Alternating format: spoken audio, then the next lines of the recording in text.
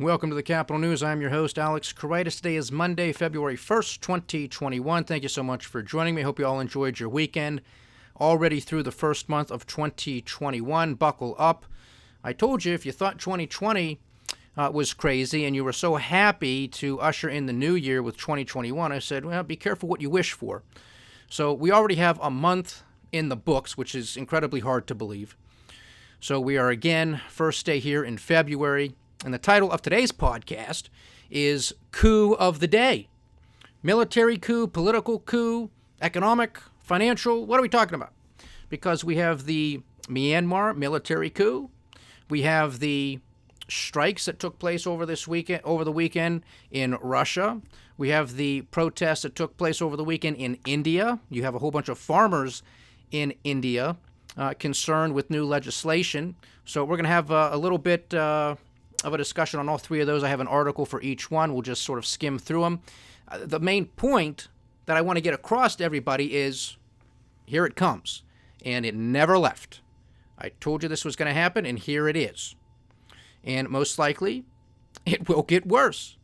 And it just amazes me because these are just further points in connecting the dots on so many different levels, because it is always economically motivated, politically motivated, socially motivated. They're all always there. All three of those points, maybe even a couple others. The question is, what is the trigger? Sometimes it's an economic collapse, so people are frustrated. They lost their jobs, they lost their business, they lost their house, so now they're going to take to the streets, they're going to demand change. Maybe it's somebody who is becoming some sort of political hero, if you will, for a particular political movement. And if that person is demonized or arrested or attacked or whatever, then people say, okay, that's it. I've had all these other problems, politically and economically speaking, too, but this is the final straw. So I just want the audience to understand that, because everything is always connected. It's just a question as what was the final trigger? What was that straw that finally broke the camel's back? It might be something different here in the United States. It's something different in India, something different in Russia. Fact of the matter is, these systems are collapsing because they are unsustainable. They are rife with fraud and corruption and abuse, and the people, rightly so, are sick and tired of it. So I applaud these types of measures to protest peacefully. As I've quoted President Kennedy here before, those who make peaceful revolution impossible make violent revolution inevitable. I hope it doesn't come to that. But we're already seeing it in some places. It's likely going to continue. Now, obviously, last week we had a lot to discuss with another heartbreaking initial jobless claims figure, about 847,000. The previous week was revised upward from 900,000 to 914,000. A little bit of context for you. Great financial crisis, 2008-2009. During the depths of that crisis, initial jobless claims peaked at 660,000, and that was for a couple weeks. We haven't seen 600,000 here in several months, and we are moving in the wrong direction.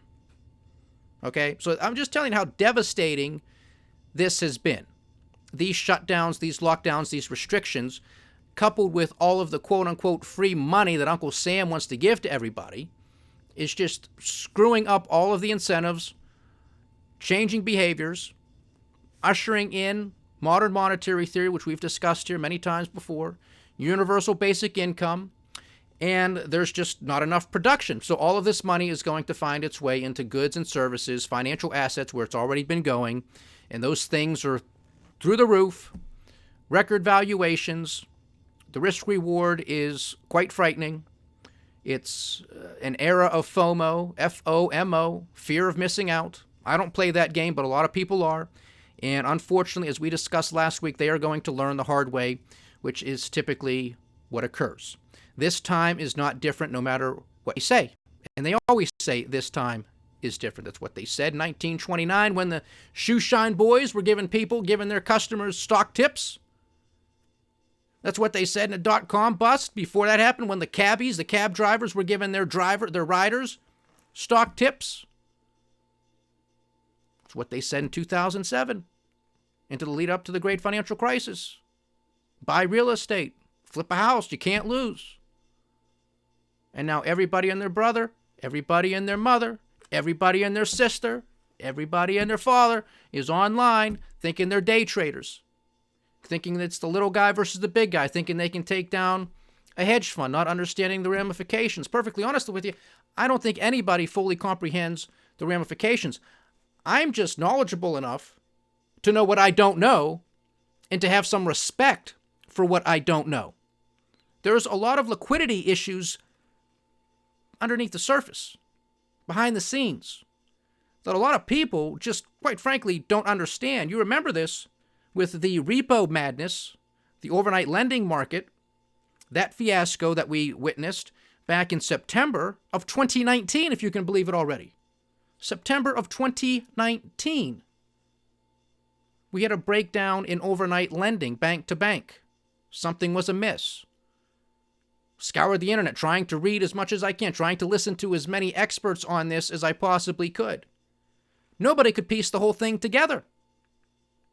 So to think that a whole bunch of newbie day traders and quote-unquote investors who just caught onto this train because stocks only go up, to think that they fully understand what they're doing, that they're going to have the ability to take down a hedge fund or anything else for that matter, is just ridiculous. This is a pump and dump scheme. Somebody else started this, and I'm not going to be convinced otherwise, because that's what makes the most sense. And now you're starting to see other stocks being picked on, other asset classes being picked on. Whatever side of it you're on, this is dangerous. Because the next thing that they've been talking about, and this was last week too, was silver. And those of you who have been with me know that I am very bullish the precious metals market. But me, personally, I'm more of a steady as she goes. Tortoise versus the hare. I'm the tortoise. The tortoise wins, ladies and gentlemen. Slow and steady wins the game. I don't have any problem with that whatsoever. But now they've turned their sights. At least somebody has. A few people, what happens is anybody's guess, but at least they're turning their sights onto silver, and I'm sure it'll end up picking up in gold and some other commodities down the line too. I mean, if they want to shoot it to the moon, hey, I'm going to do just fine. I'm going to do just fine. Holding physical gold and silver, having ETFs, having mining stocks, etc., etc.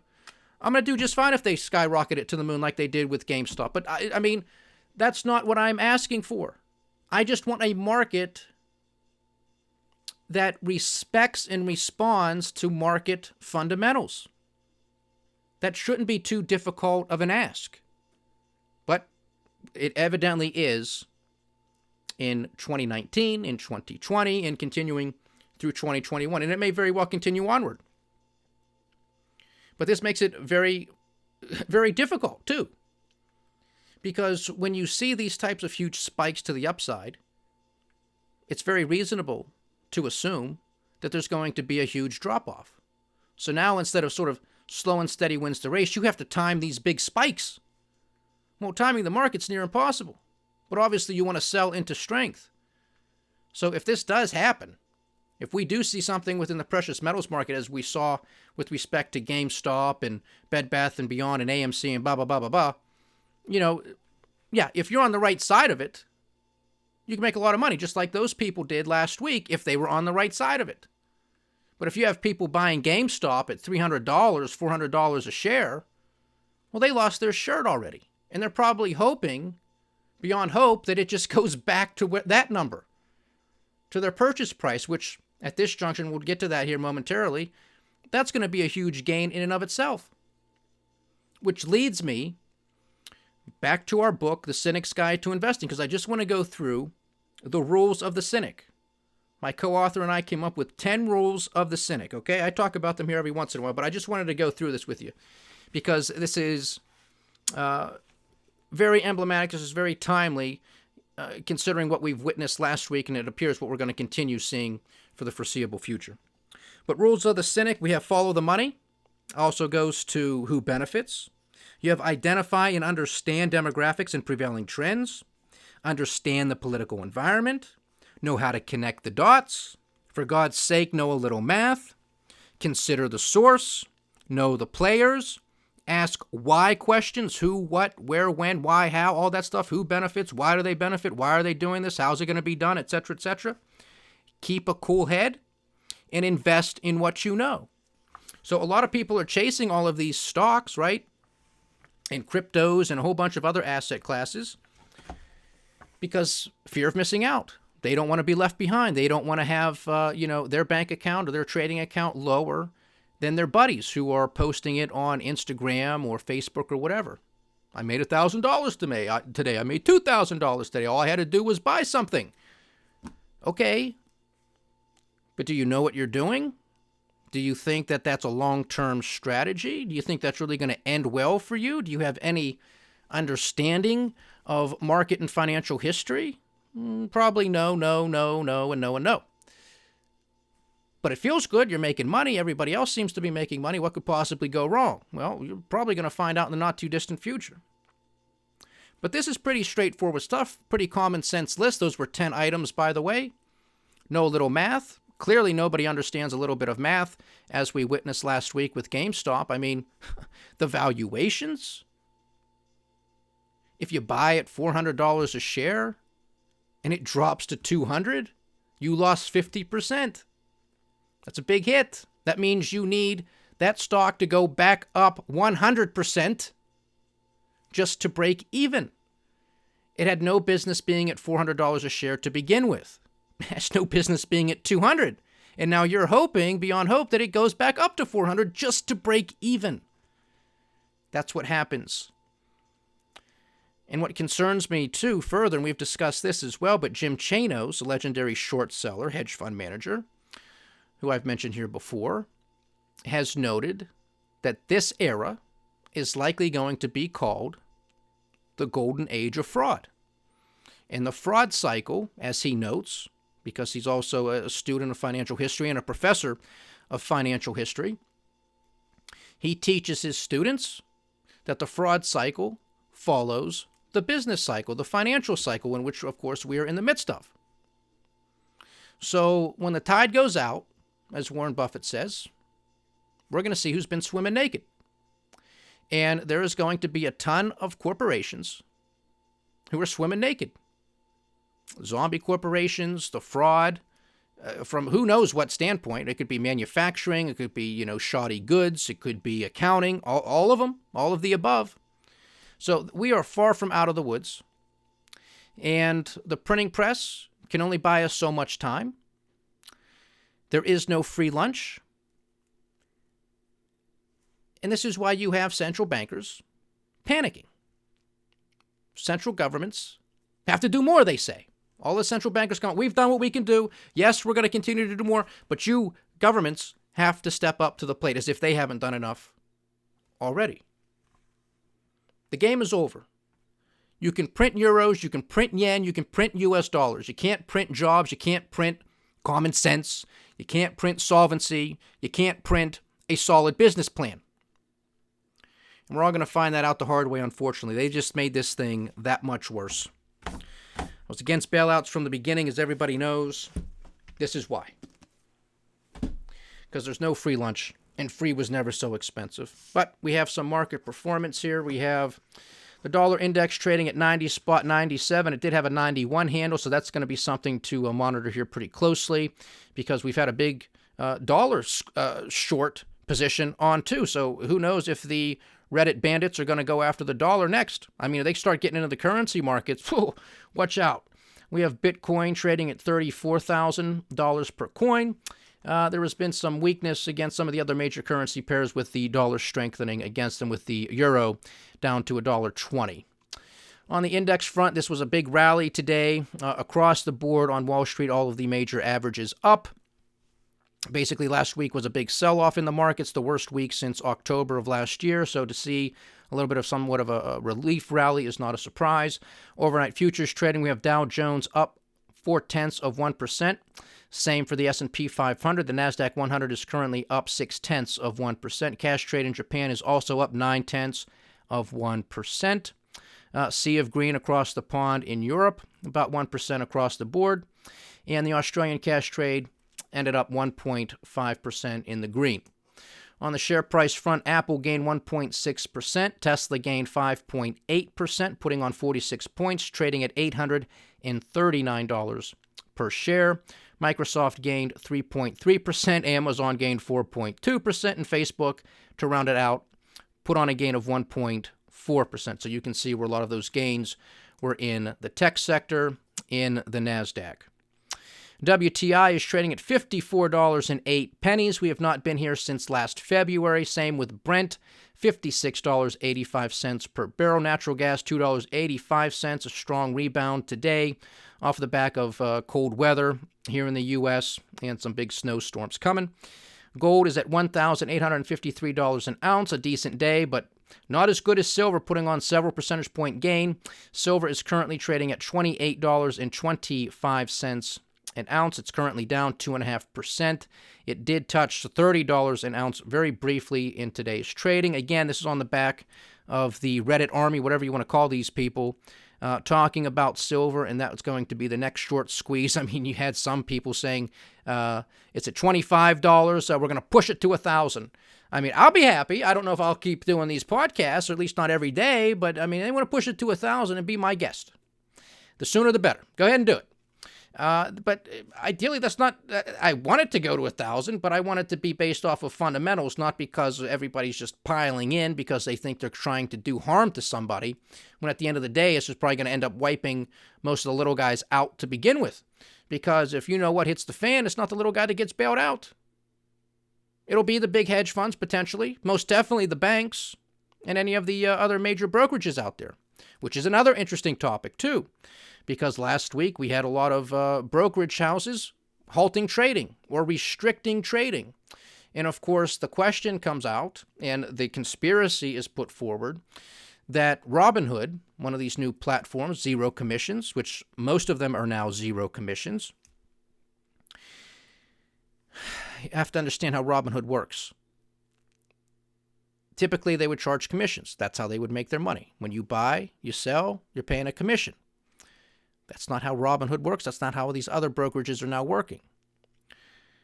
There is no free lunch, ladies and gentlemen. You're always paying for something.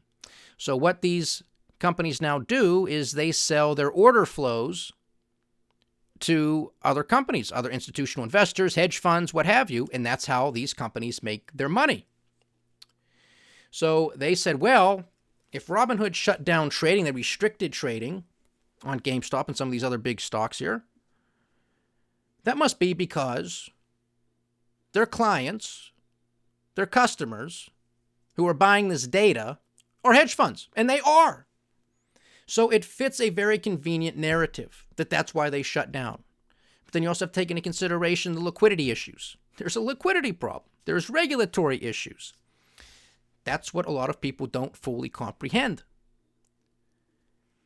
This is why this type of stuff is not supposed to happen. This is why you do not weaponize markets, because you end up creating a ton of collateral damage in the wake.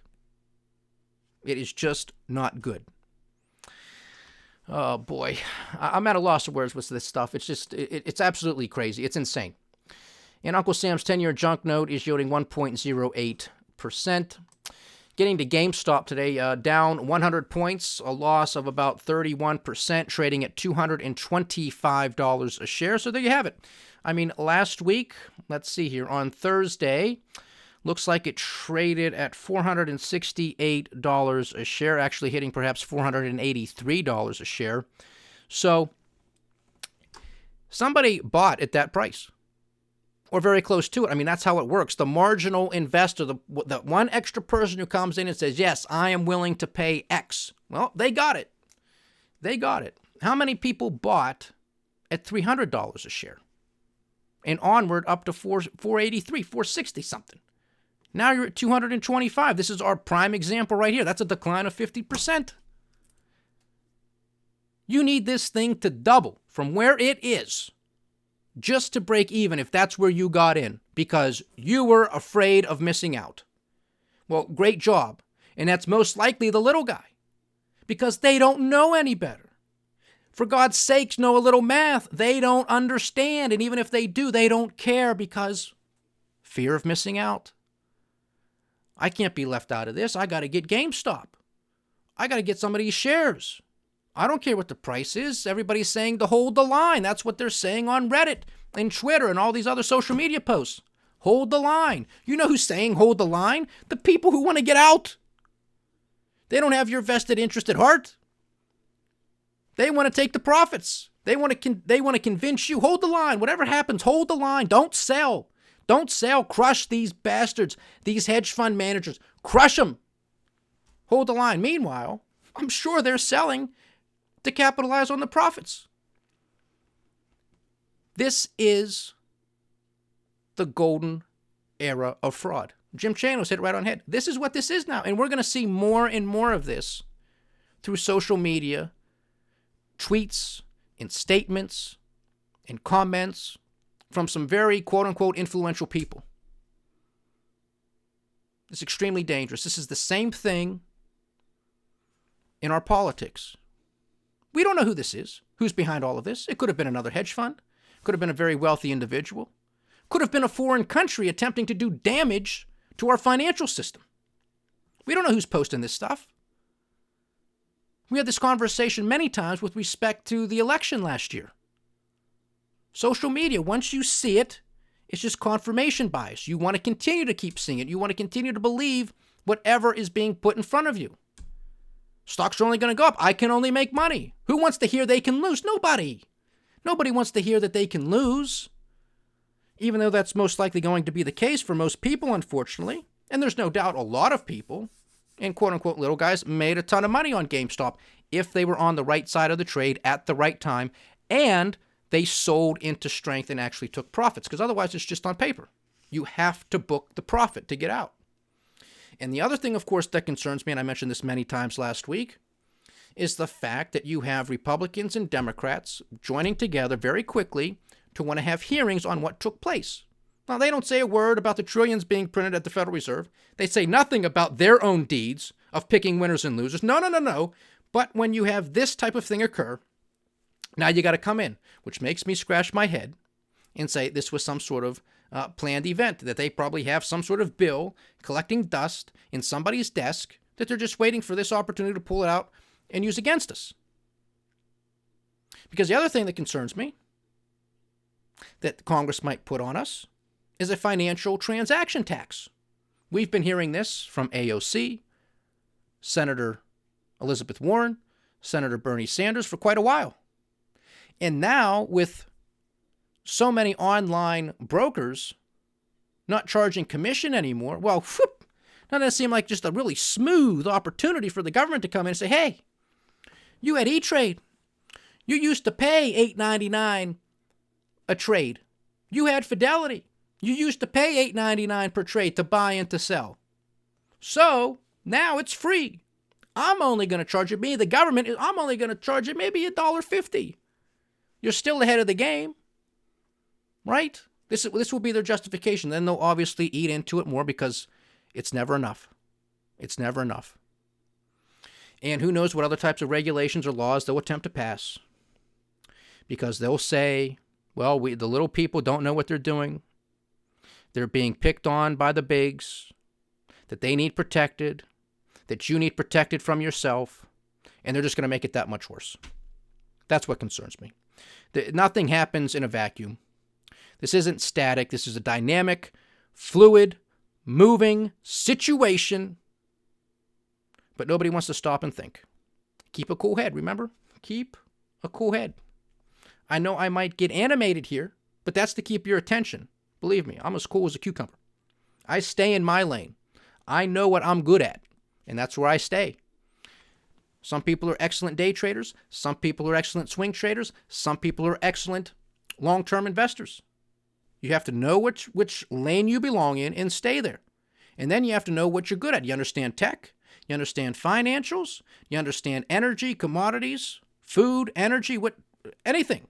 What you know, stay in those lanes. You can make a living in those lanes. You don't have to worry about what your neighbor's doing or what some idiot frat brother on a message board is telling you to do. Pay no attention to them. Please. All right, so that's some of that. And obviously, that's not going away anytime soon. The GOP, about 10 senators today met with President Biden at the White House to propose and discuss their stimulus bill, their counteroffers at basically $600 billion. Still a huge number. $600 billion, we think that's chump change anymore.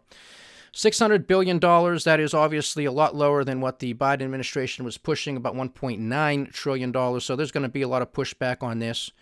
But just letting you know what's going on. It doesn't matter. They are going to pass something, whether it's something big or little. Piecemeal, piecemeal, piecemeal. Reconciliation at the Senate level, pass through at 51 votes. That's all it's going to take to pass this stuff through. Don't worry your pretty little head. We are going into more debt. So here briefly from NPR, this is an article out of NPR, Myanmar coup, military takes over the government. Fantastic. Myanmar's military seized control of the country Monday, detaining the country's de facto leader and declaring a state of emergency.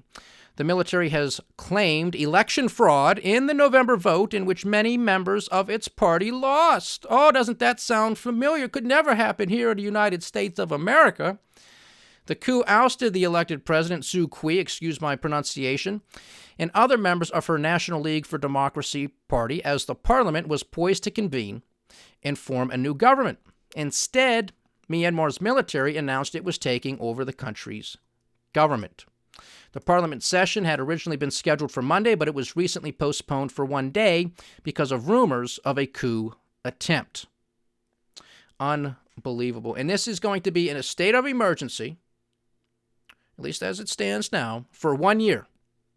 This is what the military is claiming. The military says the state of emergency will last until a new election is held 1 year from now.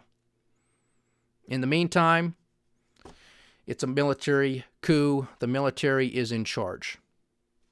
Everybody, got to respect the votes. What's the situation?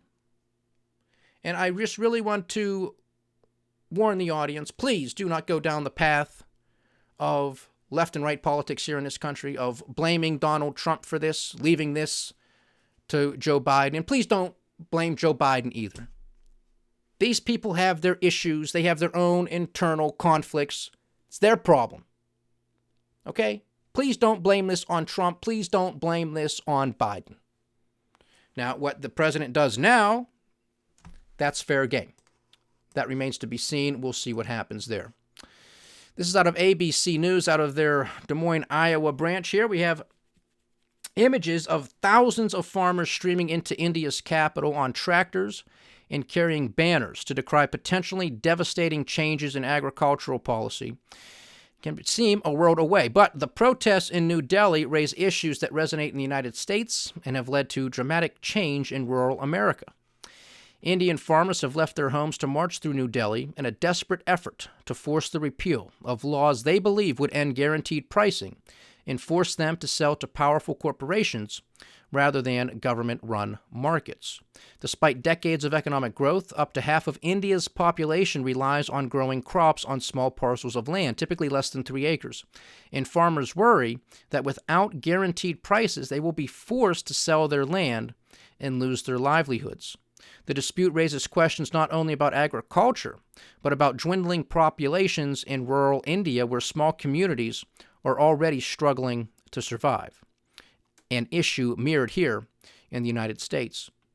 These protests have gone way beyond the bills because this has spiraled into a larger conversation about the soul of rural India, which is something very familiar to those of us in the Midwest, says Andrew Flax, an anthropology professor at Purdue University who has extensively studied the experiences of cotton farmers in India. Quote, "We're always talking about the spirit of American agrarianism and the soul of rural America, and this has shifted into a conversation about those dynamics in India."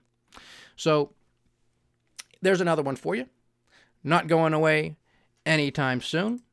And then severe punishment awaits protesters in Russia, the Kremlin says. It's out of New York Times. A day after protests swept across Russia in support of a jailed opposition leader, the authorities said Monday that some participants face harsh punishment, including spells in the prison system once known as the Gulag. The Kremlin spokesman, Dmitry Peskov, told journalists on a conference call on Monday that the protests included, quote, a large number of hooligans and provocateurs, and that, quote, the law should be applied with the utmost severity. For a second consecutive weekend, tens of thousands of people turned out Sunday in cities across Russia to call for the release of Alexei Navalny, the opposition leader who was jailed for 30 days last month after returning to Russia. This is the same guy who was poisoned last summer and was recently released from a German hospital. So they poisoned him. He's been protesting, I believe, for nearly a decade. I mean, kudos to him to going back to Russia, knowing that something was likely going to happen to him again. But, just trying to stand up for freedom, trying to stand up against corruption. And that's what he's up against. That's what the whole world is up against. This is the golden age of fraud. And we don't even know the half of it. We're not. This is the tip of the iceberg. This is the tip of the iceberg. Coup of the day. That might have to be another topic. Coup of the day number 1, part 1, part 2, part 3. Coming to a theater near you, as I've been saying for quite a while. And just wait till a lot of these restrictions are lifted. Even if they're not, you see what's going on all over the globe. People don't care anymore. And a lot of people are protesting those. What a world. Again, gold, silver, guns, ammo, seeds. This is about survivalism. This decade is about knowing how to stay alive. Stay diversified, stay vigilant, stay alive, and stay with the Capital News. I am Alex Koritis. Godspeed.